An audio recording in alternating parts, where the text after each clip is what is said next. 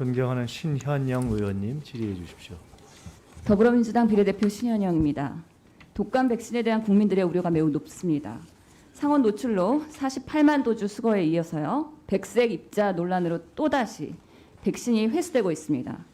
정확하고 신속한 품질 검사로 해당 사안을 명확하게 밝히지 않으면 물백신을 맞거나 부작용에 대한 국민의 우려가 있기 때문에 명확한 조사가 필요합니다.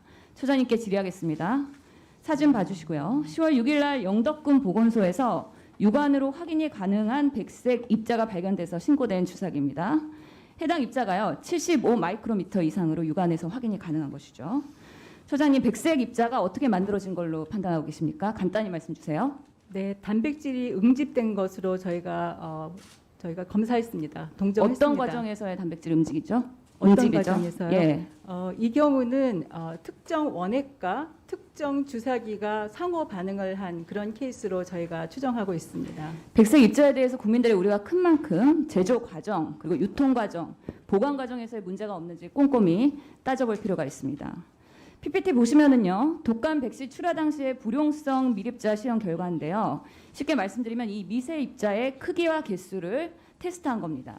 문제가 된 백색 입자가 발견된 한국 백신 제품에는요, 불용성 미립자 크기가 10마이크로 이상은 평균 3,800개, 그리고 25 마이크로 이상도 평균 58개로 다른 제품보다 수치가 높다는 걸 알 수 있습니다. 다음 PPT 보시죠. 문제가 된 영덕군의 보건소 백신 입자 백신 테스트 결과입니다. 해당 백신 경우에는요, 출하 당시에는 10마이크로 이상 입자수가 출하 당시에 4,300개였는데요. 영덕군 보건소에서 신고된 거는 테스트 결과에서 1만 5천 개 정도, 한 4배 가까운 미세 입자가 증가했습니다. 자, 처장님, 문제가 된 해당 한국 백신 출하 당시부터 미립자 개수가 많기도 했지만 현장에서는 더 올라갔습니다. 이 아까 말씀하신 대로 불용성 미립자와 백색 입자 관련성 있다고 하셨는데요. 직접적인 관련이 있는 건지, 그리고 출하 단계, 그리고 현장에서의 이 차이는 뭐 때문인지 말씀 주십시오. 네, 아까 말씀드렸듯이 기본적으로는 특정 원액과 주사기가 문제됐고, 또 시간의 흐름에 따라서 백색 입자가 더 많이 생기는 점, 그리고 이게 영도권까지 유통 중에 물리적으로 흔들리거나 하는 물리적인 어떤 그런 효과, 뭐 이런 것들이 종합적으로 반영됐다고 저희가 분석하였습니다. 최근에 상온 노출 백신이 문제가 되고 있는데 온도와의 관련성은 없는 겁니까? 이 경우에는 저희가 그 콜드체인을 다 조사를 했습니다. 그래서 제조소로부터 영업소, 이 보건소까지 갈 때까지 전체가 2도에서 8도의 기준이 완벽하게 잘 지켜졌습니다. 예, 그래서 온도라는 관련 없고 온도랑 전혀 관련이 없습니다. 시간과 물리적인 영향이다. 그렇습니다. 라고 판단하고 계시는 거죠. 식약처에서는 이런 백색 입자 발병은 특정 원액과 특정 주사기가 만나서 생긴 거다. 라고 판단하고 있죠. 그만큼 그 부분에 대한 검토도 필요한데요. 처장님, 이런 문제가 됐던 원액의 어떤 성분, 그리고 주사기에 어떤 성분이 만났을 때 이런 화학 반응이 일어나서 이런 백색 입자가 생기는 건지 파악한 바 있으십니까? 이거는 저희가 예상할 수 없었던 그런 상황이 벌어진 겁니다. 지금 그래서 저희가 이 두 가지가 만나서 생긴 것까지는 파악이 됐는데, 그중에 특별히 어떤 그 내용일지 그거에 대해서는 저희가 상세하게 원인 분석을 할 그럴 계획입니다. 추가 검사 되면은 결과 발표하실 거죠? 네, 그렇게 하겠습니다. 예, 일부에서는요, 특정 주사기 전체에 대해서 문제를 제기하고 있습니다. 이거에 대한 입장 어떠신가요? 이 특정 주사기는 저희 식품의약품안전처에서 과거에 의료기기로 허가가 난 그런 제품입니다. 그래서 이 주사기가 문제가 있는 게 아니라 이 원액과 주사기의 상호 반응이 문제가 됩니다. 그래서 주사기 자체의 문제는 아닙니다. 식약처 제출 자료를 보면요, 문제가 됐던 그 한국 백신의 코박스 플루 원액과 B사의 주사기 용기가 만나서 백색 입자가 발생했는데요. 만약에 특정 원액의 문제거나 특정 주사기의 문제라면 같은 원액을 사용하거나 같은 주사 용기를 사용한 다른 제품도 문제가 있어야 되겠죠.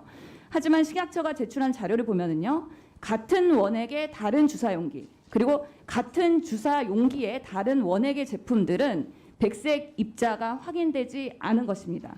코박스 플루 원액과 B사 주사기가 만나서 백색 입자를 발생시켰다. 여기까지가 확인된 사안이고요. 하지만 아직까지는 어떤 성분이 어떤 화학 반응을 일으켰는지는 파악이 안 됐다. 지금까지 이렇게 정리를 할 수 있는 거죠. 처장님, 이런 백색 입자의 생성 원인과 더불어서 이 문제가 됐던 해당 백신 효능 변화도 살펴볼 필요가 있는데요. 백색 입자가 발생하더라도 효능에 문제가 없는지요? 네, 효능에 문제 없습니다. 저희가 그 백신의 효능을 측정하기 위해서 단백질 함량을 측정하고 그건 전 세계 공통 항목입니다. 저희가 직접 조사하였고 함량에는 아무런 문제가 없어서 효과성에는 문제가 없다고 말씀드릴 수 있겠습니다. 지금 국민들의 이 문제가 된 백신 이외에도요. 다른 백신들은 과연 안전한가? 이런 의문과 불안이 있습니다. 이에 대해서 입장 어떠신지요?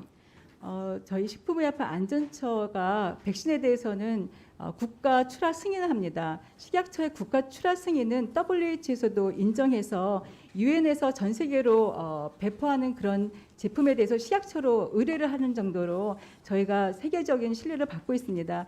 이번에 좀 문제가 되긴 했지만 국민들께서 저희 식약처의 그런 기본 역량을 신뢰해 주시면 좋겠습니다. 처장님, 이런 독감 백신 유통에 문제가 있었던 신성약품이랑 이번에 백색 입자가 생성돼서 백신을 회수한 한국 백신 두 업체에 대한 재발 방지 대책 그리고 법적 처벌 어떻게 검토하고 계시나요? 지금 저희가 일단은 현 단계에서는 국민들이 안심할 수 있도록 문제가 된 제품을 신속히 회수하도록 조치하는 게 가장 큰 급선무인 것 같습니다. 한국 백신 같은 경우에는 회수 계획을 저희한테 제출해서 승인해서 조속한 시일 내에 회수해서 의료 현장에서 혼용되지 않도록 저희가 철저하게 관리 감독하고 있고 이 두 업체에 대한 행정 조치는 저희 규정에 타당하도록 저희가 절차를 거쳐서 확정하도록 하겠습니다. 이런 백신의 안전성과 효능성에 대해서 정확하고 신속하게 검사와 관련된 정보를 투명하게 공개하는 것 이런 것들이 국민들이 안심하고 정보의 안내에 따라서 백신을 접종받을 수 있는 방법입니다. 각별한 노력 부탁드립니다. 그렇게 이상입니다. 하겠습니다. 예.